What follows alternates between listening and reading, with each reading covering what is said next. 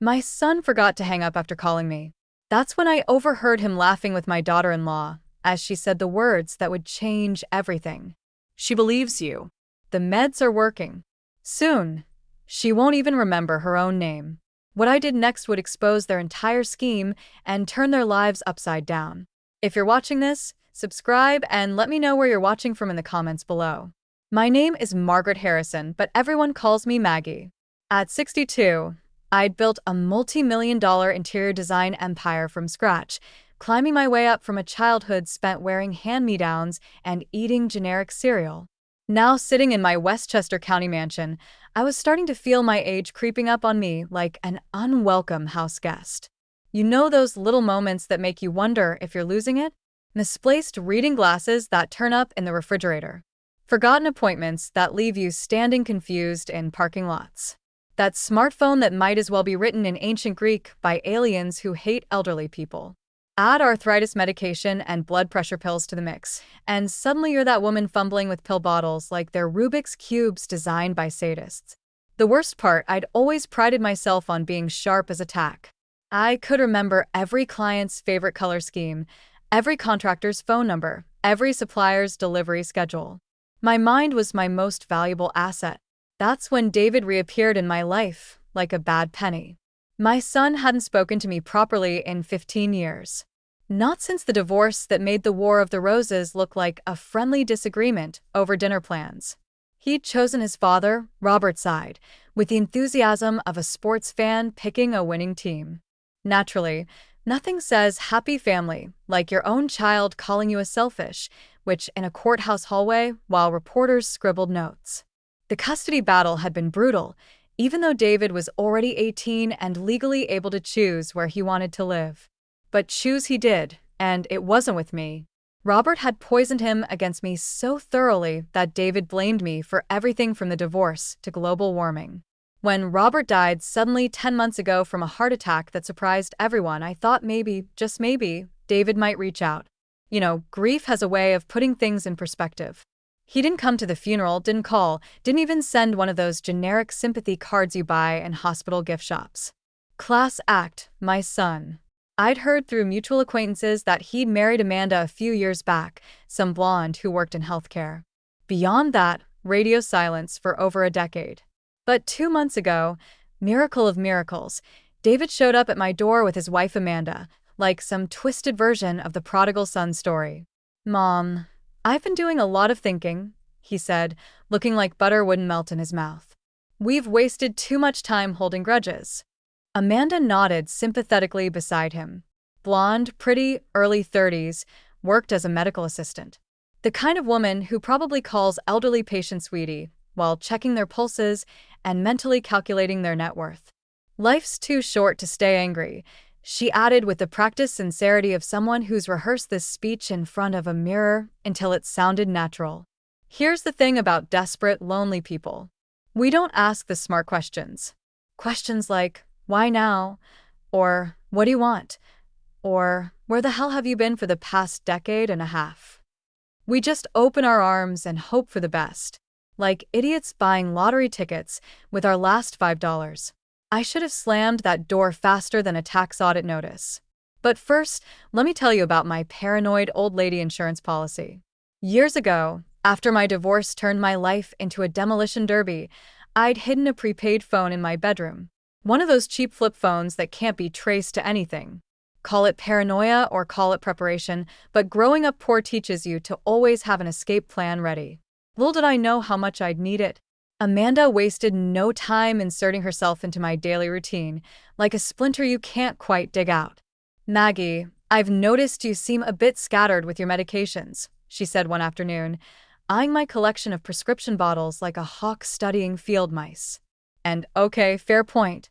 I had been mixing up my morning and evening pills occasionally. Swimmy. When you hit 60, pills multiply like rabbits, and every bottle looks identical when you're squinting without your reading glasses. Amanda gathered all my medication with the efficiency of someone who'd done this before and returned with what looked like a year's worth of organization. A professional pill organizer, color-coded schedule, laminated charts, and some new additions I didn't recognize.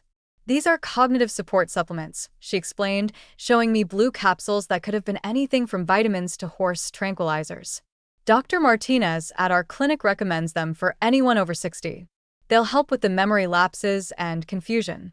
The supplements made me drowsier than a Sunday sermon in July, but Amanda assured me this was perfectly normal. Your brain is getting better nutrition. Some fatigue is expected while your system adjusts to the improved chemical balance, right? Because nothing says brain nutrition like feeling like you've been hit by a sleep dart shot from a blowgun.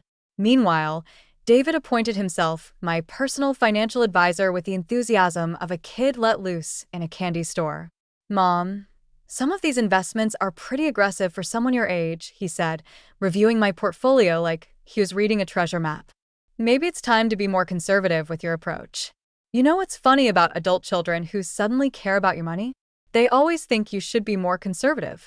Translation: please make your assets easier to access when we inevitably inherit them, preferably sooner rather than later.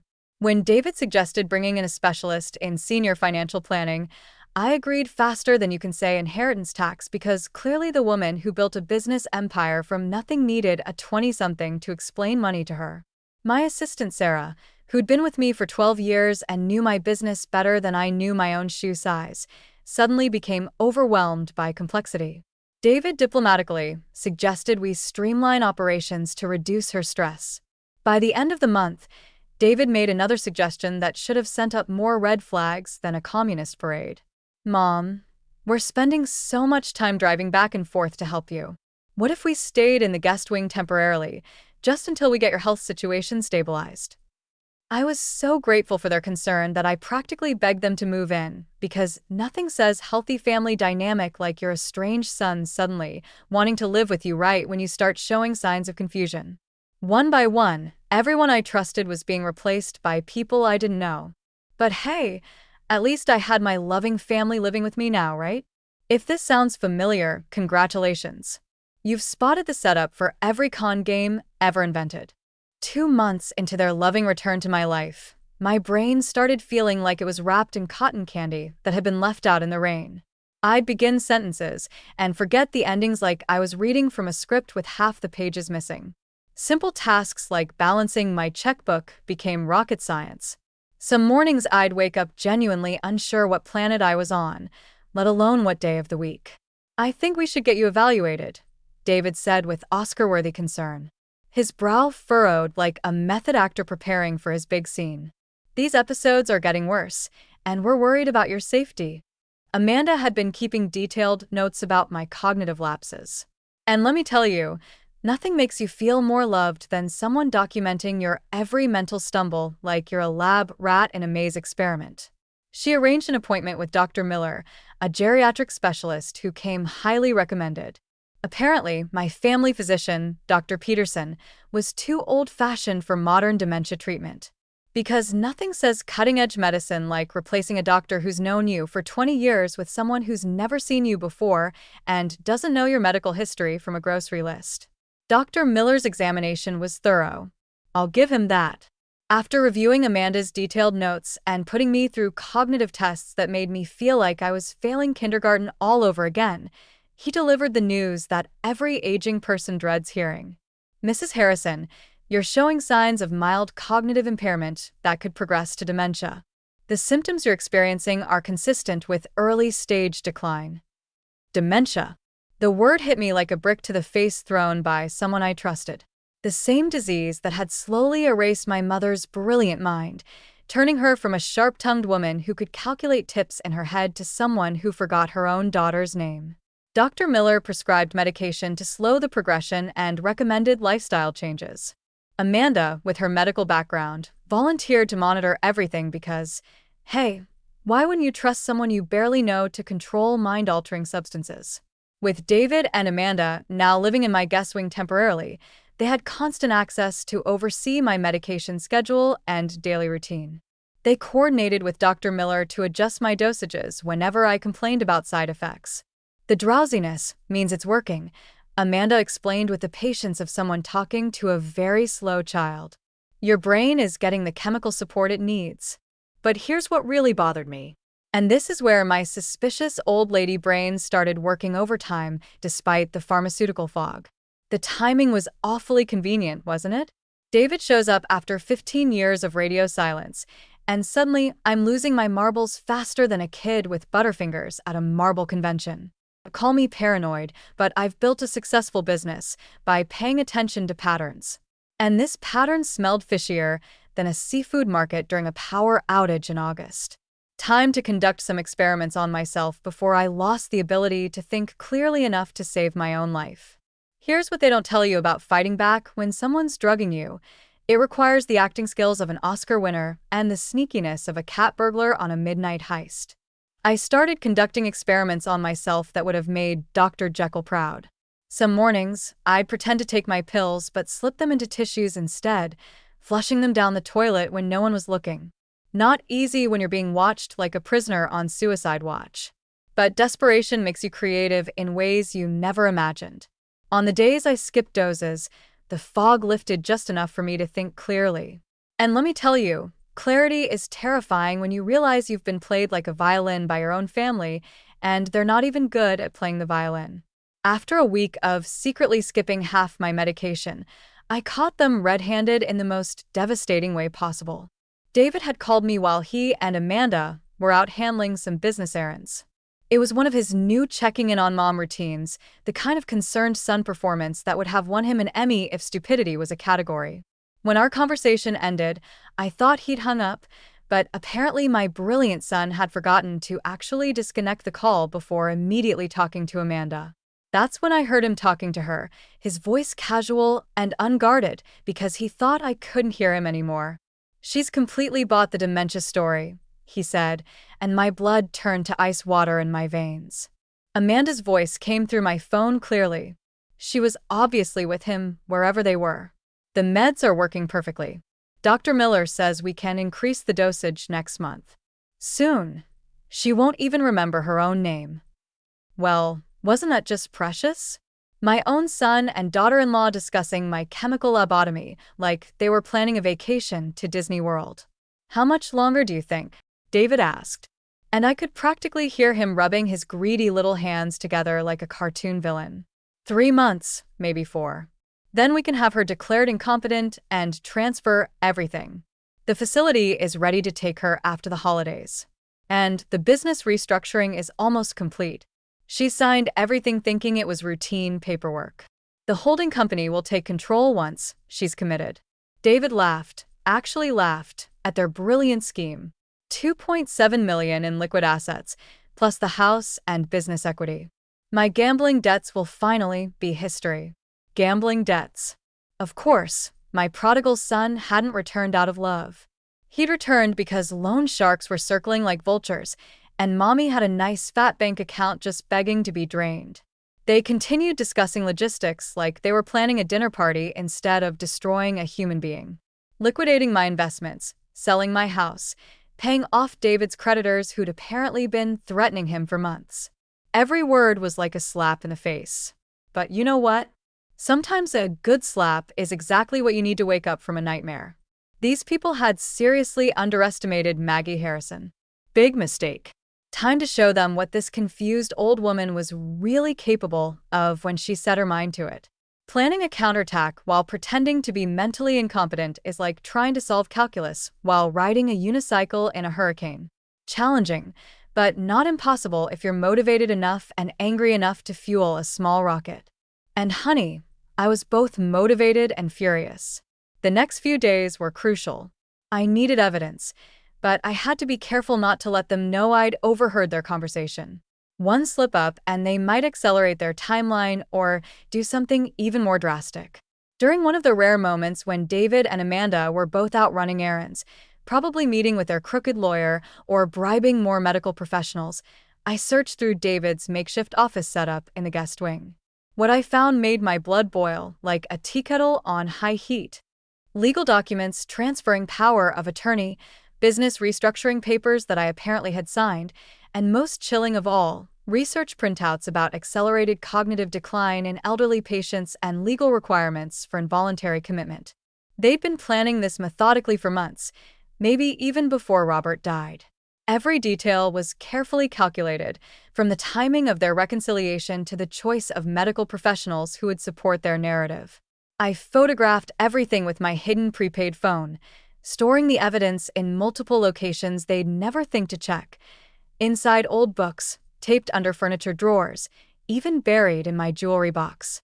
But I needed help, and everyone I trusted had been systematically removed from my life, like pieces on a chessboard.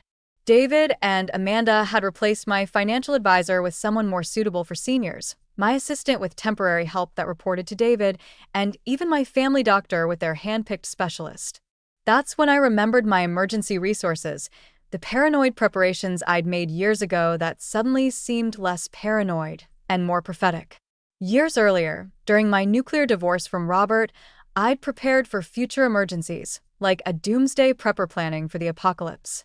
I had a safety deposit box at a different bank under my maiden name, containing cash and contact information for Marcus Chun, the private investigator who'd helped me document Robert's affairs during those dark times. Getting to the bank required a performance worthy of Broadway's finest theater.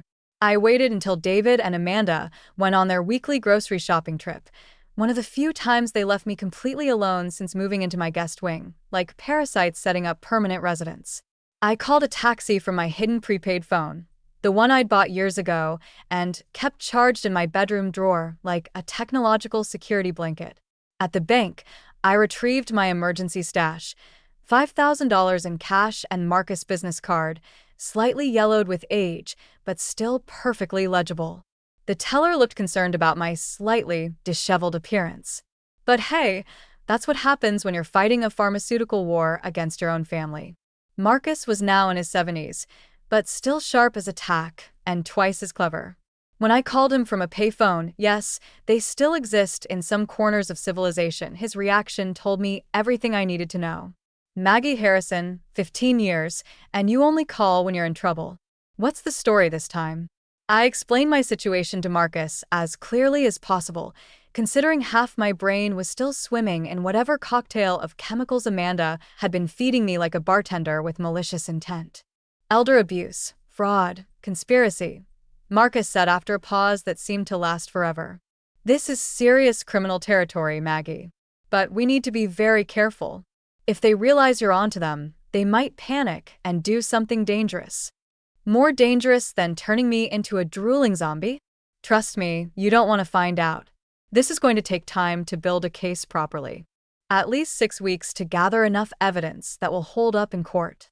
When I returned home, David and Amanda were waiting like worried parents whose teenager had missed curfew and probably crashed the family car. "Mom, where were you?"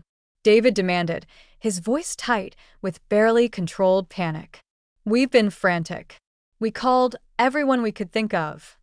I channeled my inner confused old lady and let my face crumble like a poorly constructed sandcastle. I thought I was going to see Sarah at the office, but I got lost. Nothing looked familiar, and I couldn't remember how to get there. The relief on their faces was almost comical, like they just learned their lottery ticket was a winner instead of worthless paper. Their helpless victim was still under control, still perfectly manageable. "Oh, sweetie," Amanda cooed with fake sympathy. "You can't go out alone anymore. It's not safe for someone in your condition." That night, they added another pill to my regimen, probably to prevent more dangerous solo adventures. I palmed it like a magician performing for an audience of fools. But the game was getting riskier with each passing day. Over the next month, Marcus worked methodically, building our case piece by piece, like a master craftsman constructing something beautiful and deadly. What he uncovered made my blood run colder than a walk-in freezer. The pills I'd been taking contained mild sedatives and memory-affecting drugs that caused temporary confusion. Not enough to kill me outright, but enough to make me seem mentally impaired to casual observers and medical professionals who weren't looking too closely. Amanda's medical credentials were more fraudulent than a $3 bill. She'd worked as a medical assistant until losing her position 3 years earlier for irregularities in patient care. Translation: she'd been caught stealing drugs. She'd been using outdated credentials and fake references ever since, moving from job to job like a medical gypsy. David's financial situation made my divorce settlement look like pocket change found in couch cushions. He owed nearly $3 million to creditors who weren't the send a strongly worded letter type. These were people who would break kneecaps first and ask questions later. There's more, Marcus told me during one of our secret phone calls. I found records of a similar case in Phoenix 2 years ago. An elderly woman, mysterious decline, assets transferred to family, convenient death in a care facility before anyone could investigate. Amanda and David, I can't prove it definitively yet, but the method is identical down to the smallest details. We're not just dealing with thieves. We're dealing with people who've potentially done this before and gotten away with murder. The thought chilled me to the bone, but it also strengthened my resolve. Marcus needed more time to coordinate with federal authorities, but David and Amanda were getting impatient, like kids waiting for Christmas morning to arrive. They're accelerating their timeline, Marcus warned me during another clandestine phone call. My contact at the FBI says they need another 2 weeks minimum to set up proper surveillance and coordinate with local law enforcement. What if they try to commit me before then? Then we improvise and hope for the best. But Maggie, if they panic and try to move you immediately, you need to be ready to stall them any way you can. The crisis came exactly 2 weeks later, just as Marcus had predicted, with the accuracy of a meteorologist forecasting a hurricane. David announced they'd found the perfect solution for my care needs with the enthusiasm of someone who just solved world hunger. Serenity Gardens has an immediate opening, he said, showing me brochures that made the place look like a resort where celebrities go to recover from nervous breakdowns. They specialize in progressive memory care with cutting-edge treatment methods. Marcus had already investigated Serenity Gardens during his background research. Resort was accurate if you enjoy being heavily medicated in a locked facility with minimal oversight and staff who view patients as inconvenient obstacles to their paychecks. I don't want to leave my house, I said weakly, playing my role to perfection. This is my home. I built my life here. Mom, you need professional care now, David replied with fake patience that was thinner than tissue paper. We'll visit every day and make sure you're comfortable. Sure, they would. Right after they finished spending my money on tropical beaches in Florida. But then something unexpected happened that nearly derailed our entire operation. 2 days before my scheduled admission, Amanda received a phone call in the guest wing that sent her into full panic mode, like someone had just told her the IRS was auditing her tax returns for the past decade. I was pretending to doze in the living room when she answered, and even from down the hallway, her voice carried as it went from sweet to venomous in record time. What do you mean someone's been asking questions? Who's asking questions? There was a long pause filled with the kind of silence that makes your stomach drop through the floor. If someone's investigating, we need to move now. Today, this whole thing falls apart if anyone starts digging into our background. David tried to calm her down, but I could hear the fear creeping into his voice like water through a cracked foundation. Who would investigate? She doesn't have anyone left who cares about her. I'm telling you, something's wrong. We get her committed today, or we risk losing everything we've worked for. My heart started racing as I realized they were about to accelerate their timeline in ways that Marcus might not be prepared for. I used my hidden phone to send Marcus a text message, moving today. His response came back immediately, stall. Need 4 hours minimum. 4 hours. I had to keep them from moving me for 4 hours while pretending to be a confused old woman. Time to give the performance of my life. Amanda's panicked phone call to Serenity Gardens was a masterclass in manufactured crisis. The kind of performance that would have impressed Broadway directors if they were in the market for sociopathic talent. Within an hour, they had an emergency bed ready for their latest victim, complete with expedited paperwork and a staff member who asked fewer questions than a blind customs agent. Mom, we need to take you to the hospital, David told me, his voice tight with barely controlled desperation. You had a severe episode this morning. You don't remember? But it was very concerning. I hadn't had any episode unless you count the episode of realizing my son was a complete sociopath. But I played along like I was auditioning for a soap opera about elderly abuse. I needed to buy time, and confused old ladies are notoriously difficult to move when they don't want to cooperate. I feel fine, I said, trying to look confused but resistant. Why do we have to go right now? Can't we wait until tomorrow? I haven't even packed properly. No, Mom, Amanda said sharply, then caught herself and softened her tone like she was adjusting the volume on a radio. The doctors are waiting for us specifically. We can't delay your treatment. I sat down heavily in my favorite chair and refused to move, making myself into the human equivalent of a stubborn mule. I'm scared. I don't understand what's happening. Why can't I see Dr. Peterson first? For 30 precious minutes, I played the confused, frightened old woman who wouldn't cooperate with their urgent timeline. David and Amanda grew increasingly agitated, checking their phones constantly, like teenagers waiting for text messages from their crushes. I want to call my lawyer, I announced suddenly, reaching for the phone. Mom, you don't have a lawyer anymore. Remember, David said quickly. We simplified your legal affairs last month. Had they? The fog in my brain made it impossible to remember signing those papers, but apparently, I had agreed to a lot of things I couldn't recall. Finally, David lost his patience completely. Mom, we're going now. Stop being difficult and get in the car. He physically tried to lift me from my chair, but I made myself dead weight like a sack of particularly stubborn potatoes. I want to call Dr. Peterson first. Why can't I see my own doctor, who knows my medical history? Dr. Peterson doesn't understand your condition, Amanda snapped, her mask slipping completely to reveal the calculating predator underneath.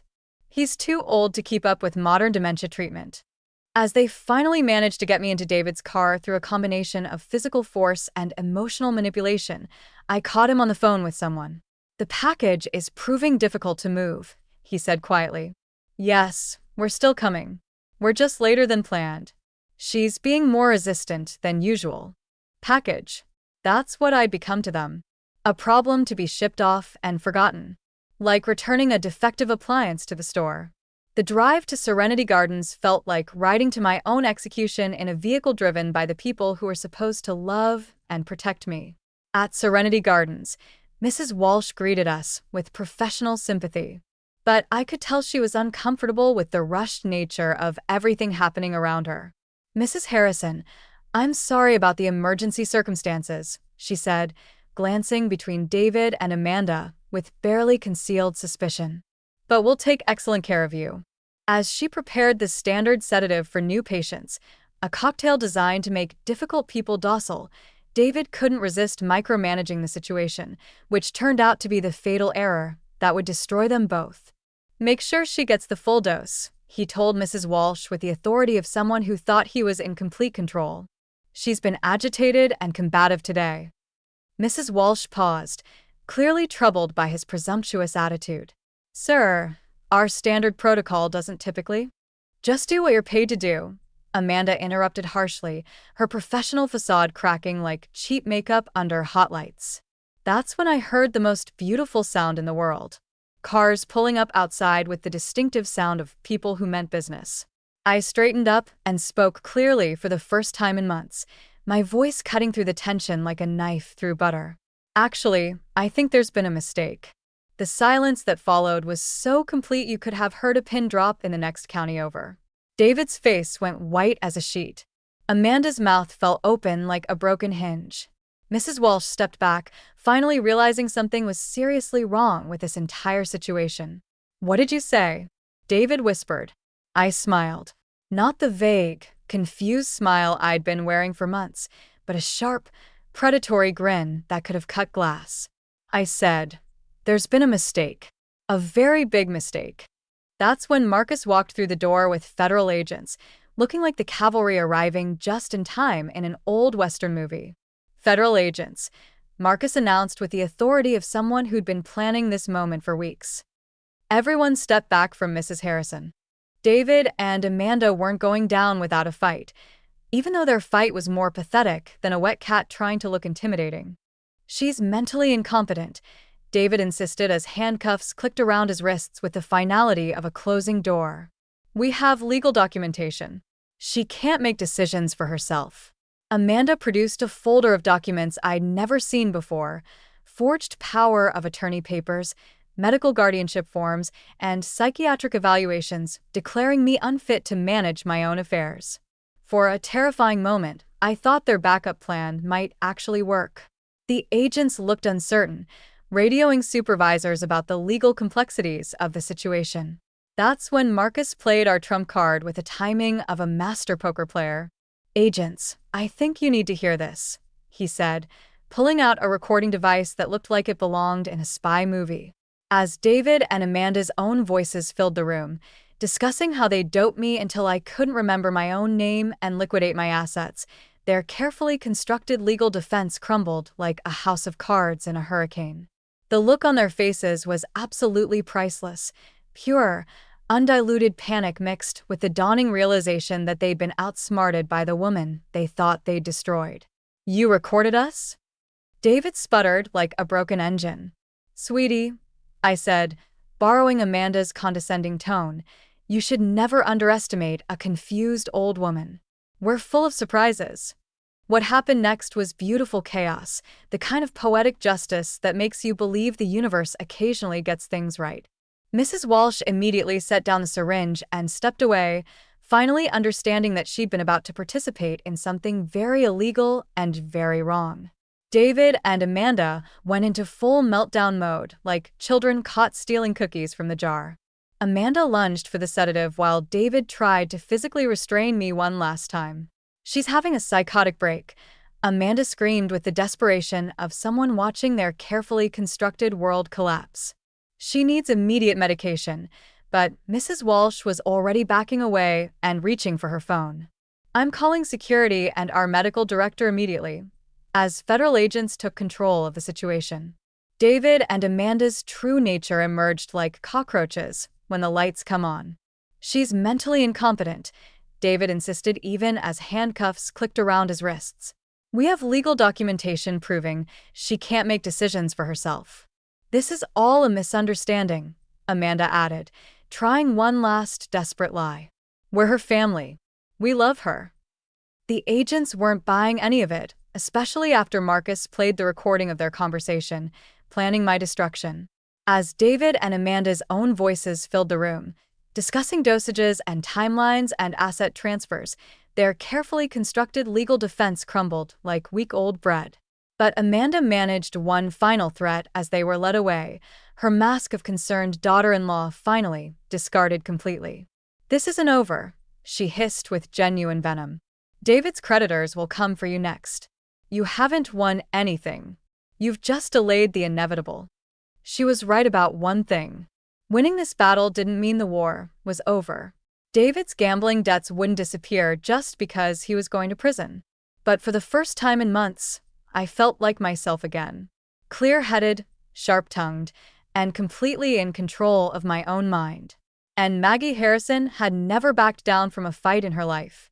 The legal proceedings that followed were swift and decisive. David received 15 years for elder abuse, fraud, and conspiracy. Amanda got 12 years for conspiracy and practicing medicine with fraudulent credentials. Dr. Miller lost his license and received 3 years for his role in the scheme. Mrs. Walsh was cleared of charges but lost her job for failing to recognize obvious signs of abuse. The investigation revealed that Amanda and David had targeted at least 3 other elderly victims over the past 5 years, though only my case had enough evidence for prosecution. But the real victory wasn't sending them to prison. It was what I decided to do with my second chance at life. 3 years later, I'm sitting in the office of the Harrison Protection Foundation, watching Jake Morrison, Marcus's grandson and now my business partner, coordinate another rescue operation. The foundation operates out of a building I purchased specifically for this work, complete with hotlines, legal resources, and a network of investigators who help families facing situations like mine. This month alone, we've helped an 80-year-old man whose nephew was slowly draining his accounts through forged checks, a widow whose own daughter was preparing to have her declared incompetent so she could sell the family home, and a retired teacher whose loving son-in-law was manipulating her medications. Each case reminds me that what happened to me wasn't personal, it was purely opportunistic. Predators look for vulnerable people with assets, and they don't care if their victims are strangers or family members. The Harrison Protection Foundation has helped 93 families recover stolen assets and prosecute abusive relatives. We've trained law enforcement officers in 12 states, educated medical professionals about the signs of elder abuse, and changed laws to better protect vulnerable seniors.